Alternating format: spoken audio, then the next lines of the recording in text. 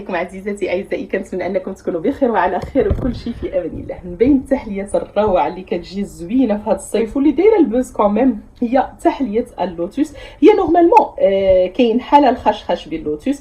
انا اليوم غادي نقدم لكم فكرتي كيفاش كنصاوب هذه التحليه هذه ديال بسكويت اللوتوس.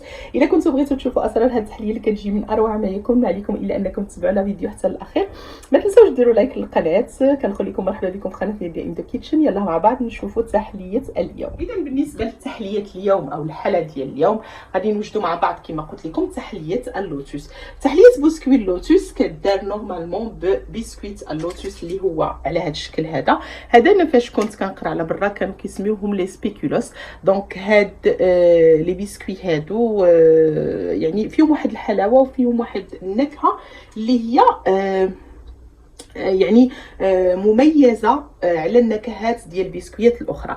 بالنسبه لهاد التحليه لا تحتاجي تقريبا جوج ديال الباكيات ديال هاد البسكوي. هذا باكيه ونص ها نتوما كتشوفوا. انا هرمشتها او طحنتها كاريمون نص ديالها او تقريبا واحد طبقه درتها اوليه هنايا في الكويسات ديال التحليه ديالي، ومن بعد احتفظت بالطبقه او بالبسكوي اللي بقى ليا باش غندير به طبقات اخرى. غادي نحتاجو كذلك صلصه الكراميل. انا هنايا تقدروا انكم تخدموا كذلك صلصه الكراميل اللي كتحضر في البيت او صلصه التوفو، ولكن انا هنا استعملت فقط نيسلي كراميل. غنحتاجو العلبه ديال الجبن، اي جبن متوفر فيلادلفيا او اي جبن من الاجبال اللي كيكون الملوحه ديالو قليله. انا هنايا استعملت هذا الجبن هذا ديال الطاسه. غنحتاج تقريبا واحد 150 غرام ديال الكريمه القشده الطريه اللي هي عاد خرجتها من الفريكو. وهذا الشيء اللي كاين فتابعوا معايا. تحليه اللي هي سهله جدا. انا فقط كنت دايره الاناء ديال اللي غادي نخدم فيه القشده الطريه في المجمد. فهذه سبق لي وحضرت بها واحد لاكلاص ما شاركتوش معكم، ولكن غنشارك لكم الصور ديالو في هذا لا فيديو هذه، وغنخلي لكم المقادير في صندوق الوصف. بسم الله. فكتكون القشده ديالي بارده مزيان. غادي نمونطيها وعاد غادي من بعد نبدا نضيف ليها، يعني ما غنمونطيهاش كومبليتمون لان ما تنساو ما غنزيدش السكر لان هذه القشده هي بحد ذاتها محلات. فغنمونطيها مزيان. الا استعملتوا مثلا طاسه ديال 200 غرام ديال القشده، زيدوا معاها الحلاوه على حسب نتوما اللي كتبغيو. فطاسه 200 غرام كتفي بالغرض. فغنمونطيها نص مونطاج، ومن بعد غادي نضيف الجبن وغنضيف شويه الكراميل. وها نتوما معايا.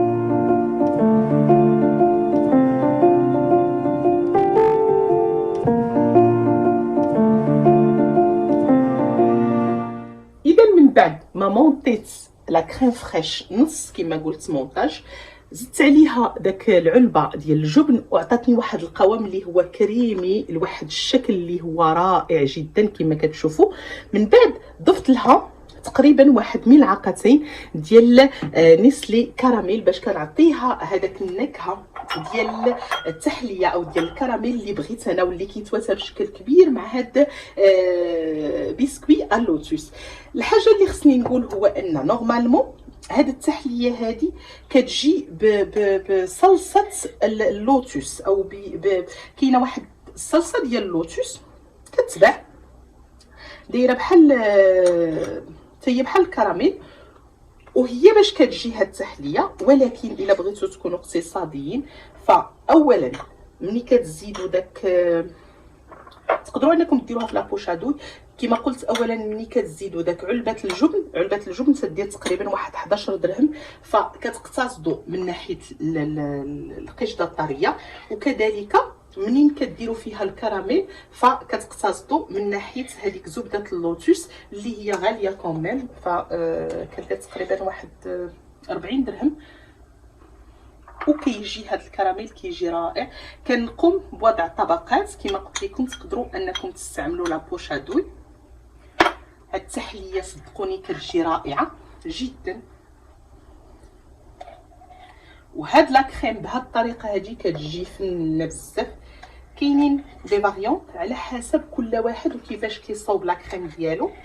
فكاينه واحد لا فاريونت انا كندير فيها لا كريم باتيسيير، كتجي اقتصاديه حتى هي وكتجي ممتازه وكتعطي واحد الا كان عندكم مثلا بزاف ديال الناس اللي غادي يعني الله يحسن العوار. راه بعض المرات راه الافراد العائله كيكونوا بزاف وحنا كنبغيو ان كل شيء يستافد.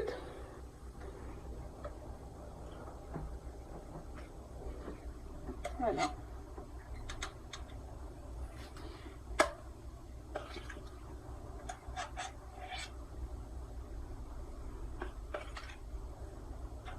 كندير طبقه، من بعد غادي ندير طبقه اخرى ديال بسكويت اللوتوس وغادي ندوزو للتزيين. بقاو معايا.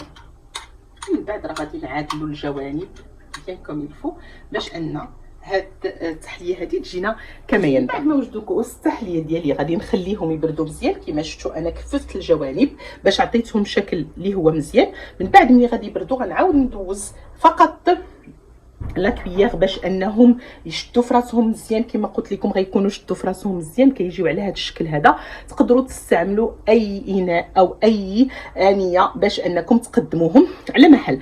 غنخليهم يبردوا مزيان في الثلاجه تيقبطوا راسهم ومن بعد غادي ندوزوا لطريقه التقديم ان شاء الله. اذا من بعد ما بردت التحليه ديالنا فانا زينت على جوج الاشكال وحدين درت فيهم طبقه ديال الكراميل ودرت لو بسكوي من الفوق باش نغابلي بانها راه تحليه اللوتوس، ووحدين خليتهم هكاك يعني غير هذا كتجي بنينه هاد التحليه بزاف. خليتهم هكا ودرت فوقهم هذاك لو بسكوي كيجي من اروع التحليات اللي تقدروا انكم تجربوها. فما تردوش بانكم فقط بجوج لي بواط. هي فعلا لا بواط راه كدير تقريبا شي 12 17 درهم على حسب الكبر ديالها ديال هاد البسكوت لوتوس، ولكن كتجي زوينه وبنينه ومبين لي ديسير اللي كيجيو مغايرين في هاد الصيف هذا. كانت هذه فكره اليوم، كنتمنى انها تكون نالت الاعجاب ديالكم وانكم غادي تجربوها وتردوا عليا الخبر على محل. الا كان هذا هو وعجبتكم الفكره ما تنساوش انكم تبارطاجيو الفيديو مع اصحابكم وصحباتكم، وكذلك ديروا لايك للقناه وللفيديو. الى اللقاء احبتي.